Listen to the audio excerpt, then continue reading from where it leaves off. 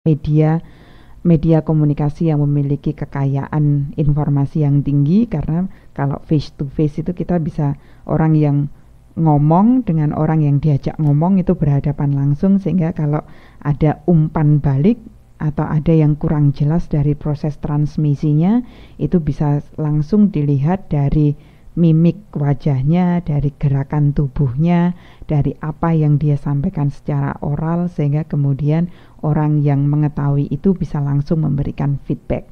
Itu sehingga dikatakan bahwa face to face, komunikasi langsung, itu adalah komunikasi yang memiliki kekayaan yang paling tinggi. Kalau yang spoken communication, electronically transmitted, itu yang seperti yang kita lakukan sekarang. Itu kekayaan informasinya, media yang kelas kita ini kekayaan informasinya tidak sekaya kalau kita face to face. Karena kemudian ini semata-mata hanya spoken, hanya berbicara, kemudian ditransmisikan secara elektronik. Jadi saya tidak tahu kalau teman-teman di sana sudah mulai ngantuk, sudah mulai atau pengen ada yang ke belakang, pengen melakukan aktivitas yang lain. Kalau nggak nulis di sini saya nggak akan tahu begitu, sehingga saya akan delujur aja gitu, saya akan lurus saja untuk menjelaskan tanpa kemudian saya tahu tanpa kemudian saya mengetahui respon dari teman-teman. Beda kalau yang face to face. Kalau yang face to face itu begitu ada yang mulai ngantuk saya bisa tahu, saya kemudian bisa ngomong, hayo mulai ngantuk ya, oke, kalau mulai ngantuk kita melakukan inovasi apa untuk membuat kelas kita tidak mengantuk. Tapi kalau yang sekarang kita lakukan ini semata-mata hanya spoken, hanya dikatakan, dan juga kemudian melalui elektronik, itu terbatas.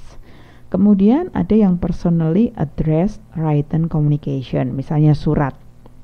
Nah, surat itu kekayaannya juga akan semakin menurun begitu, karena surat ini membutuhkan waktu. Kemudian kalau saya nulis email ke Anda itu kadang-kadang juga kemudian apa yang saya tuliskan di situ berbeda dengan apa yang kemudian saya rasakan. Karena kalau saya nulis di email itu kan emailnya nggak bisa ngomong semangat, tetap harus semangat dengan intonasi yang semacam itu. Saya cuma bisa nulisnya tetap semangat. Nah, tetap semangat itu bisa dibaca kemudian tetap semangat itu bisa dibaca kemudian tetap semangat atau tetap semangat atau tetap semangat.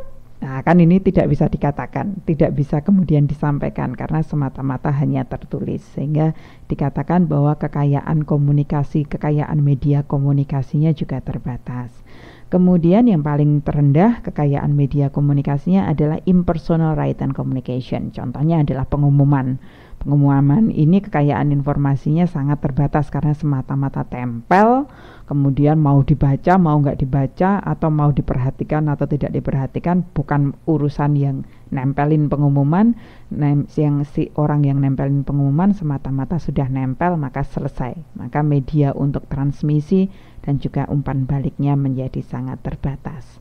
Nah, lanjut ke pertanyaan Mbak Dwi Jayanti. Dia menanyakan mengenai distorsi. Menurut saya memutarbalikkan fakta, aturan di mana terkadang untuk sebentar, ini terkait dengan pertanyaan yang di atas ya Mbak DJ ya, tak carinya dulu.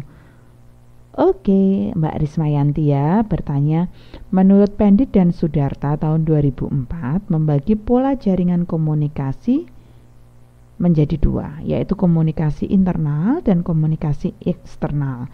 Dalam komunikasi eksternal ada istilah distorsi.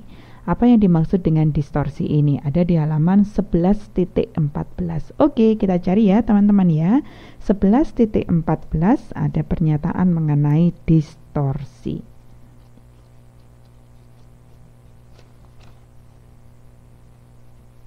Oke. Saya sudah ketemu, bagaimana juga teman-teman? Saya harapkan juga sudah ketemu. Halaman 11.14.